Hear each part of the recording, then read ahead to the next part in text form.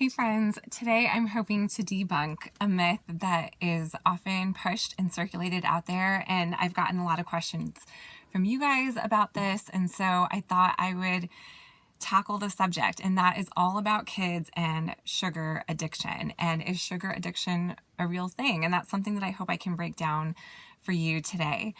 And I will preface this by saying that I understand that this is a controversial topic, and I realize that my opinion on this subject is not popular.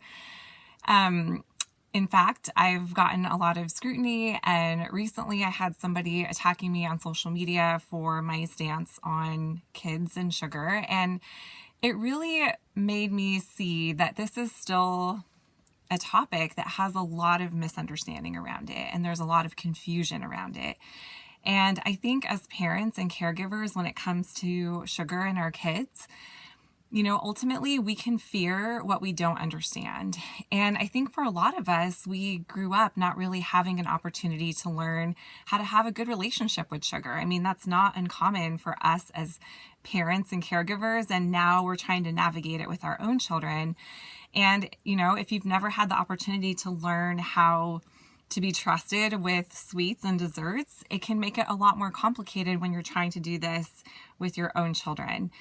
And on top of this, there's so much misinformation out there. I mean, diet culture has demonized sugar to the point that parents fear their children might get addicted to it, or that it's so toxic that it's going to absolutely ruin their health.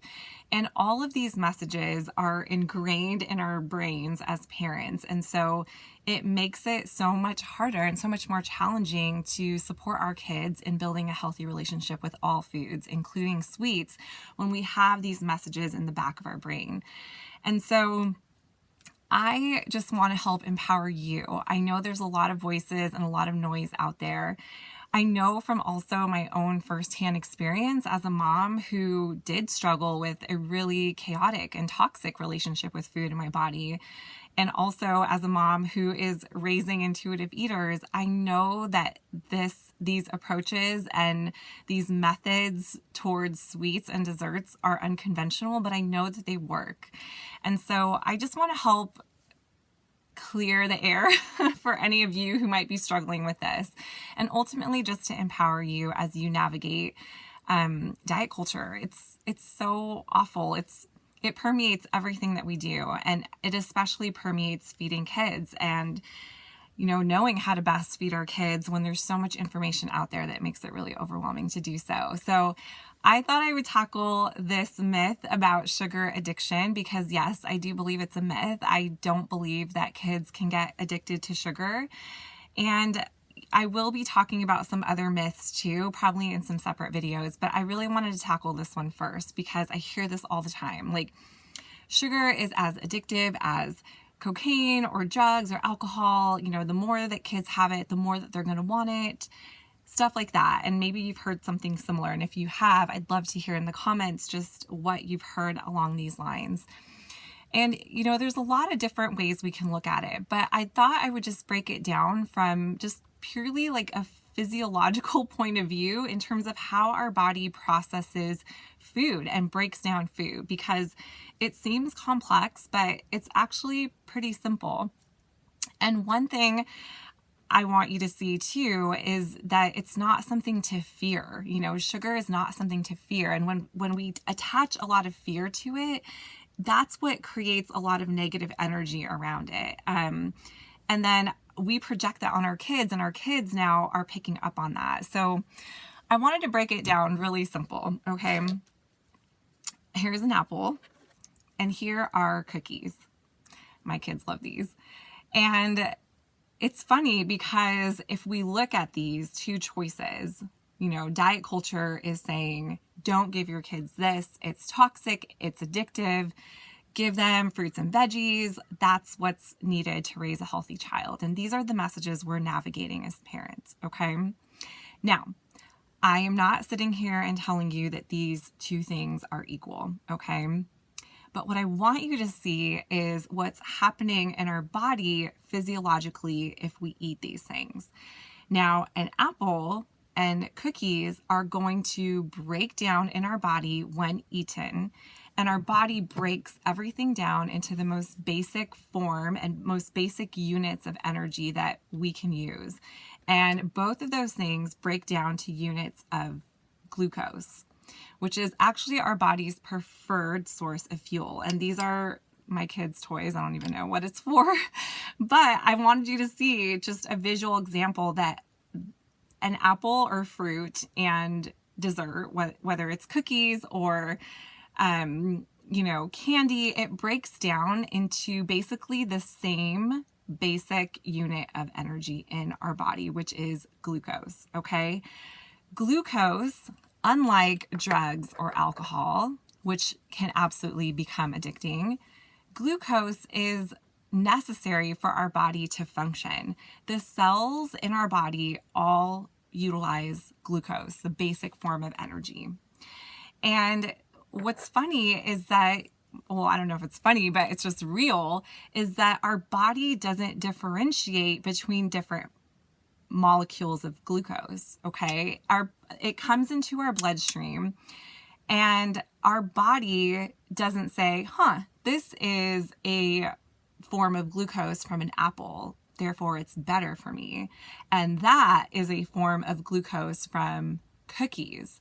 So that's something I'm going to get addicted to. There is no superior form of glucose in our bodies in the most simplest form. Our bodies use glucose from a variety of different foods, including fruit and vegetables and grains and breads and dairy products and sweets and desserts, okay?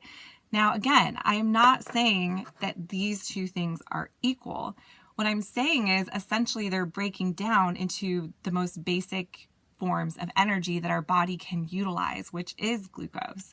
And yes, there's other things, of course, in apples that aren't going to be in cookies, right? Like maybe added fiber, different vitamins and minerals and micronutrients, okay?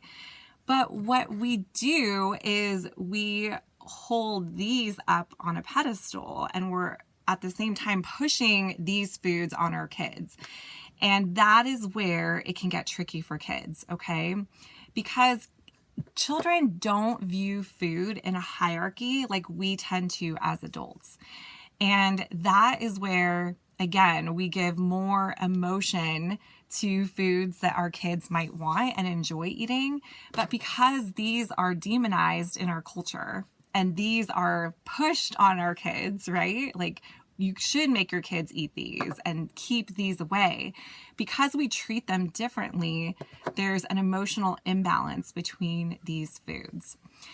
And I know that might seem like a weird analogy, but what I want you to understand is that the way that we approach these foods is really how, this is what makes the difference in terms of how our kids feel about these different foods, okay? And a lot of us are scared about our kids eating these things or offering these foods. And so we might resort to fear-based feeding practices to help us feel better in our own discomfort. Or, it's well-intentioned. We think we're doing our children a favor by hiding these things or keeping them away, restricting them, banning them out of the house. But here's the thing, our kids don't know the difference, okay? All they know is that when something seems really scarce and off limits, then that makes it more desirable and more special in their mind. It literally puts it up on a pedestal where they're just like, oh, I want that. Kids naturally gravitate towards the things that they're told they can't have. We're the same way too. And here's a perfect example is the pandemic recently, or not recently, obviously we're still going through it, but when the onset of the pandemic was happening and everything was shutting down, people were scrambling, trying to get things. And what is the one thing that people started hoarding? Toilet paper, right? Like, why?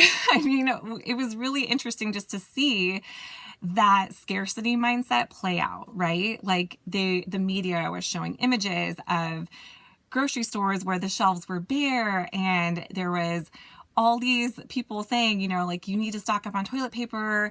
Oh no, we're going to the store, we can't find toilet paper. it's, we're running out of it. And that created like panic and that sense of scarcity. And so when people were going to the store, they were loading up on toilet paper and stocking up and buying way more than they probably needed, right? Like, you don't need like 4 huge things of toilet paper for a couple weeks. But that shows you the power of this scarcity mindset. When something feels off limits or when we feel deprived of something, it does trigger impulsive, erratic type behaviors. And kids are the same way when it comes to sweets and desserts. So, and where our kids are hearing, no, you can't have these are bad for you, these are toxic, or they're picking up on these messages, that actually makes them feel more impulsive about them. Like, oh, I got to have them because I don't get access to them. And so what we tend to see is that when sweets are restricted, when there's a lot of rigid rules around desserts and sugar and all those things, it actually does trigger those erratic behaviors around in kids around sweets that we might see in someone who is addicted, right? Where it's like compulsive, like I gotta get it. I have to get it at, any means. And sometimes what we'll see in kids is they're sneaking desserts or sweets, they're hiding them, they're hoarding them, they're eating them away from their caregivers because they don't feel like they have permission to eat them, or they feel so scarce, right? And this is what I see too, is where if a child has very limited access or isn't seeing sweets and desserts frequently enough to the point that they can trust that they're going to be available in their future indefinitely, that is where I tend to see kids, overeating sweets in other settings. So you might have a child who maybe doesn't get very much access to it in their home, but then if they're, at a birthday party or a holiday gathering and sweets are available, they just go crazy because they don't get to see them frequently enough.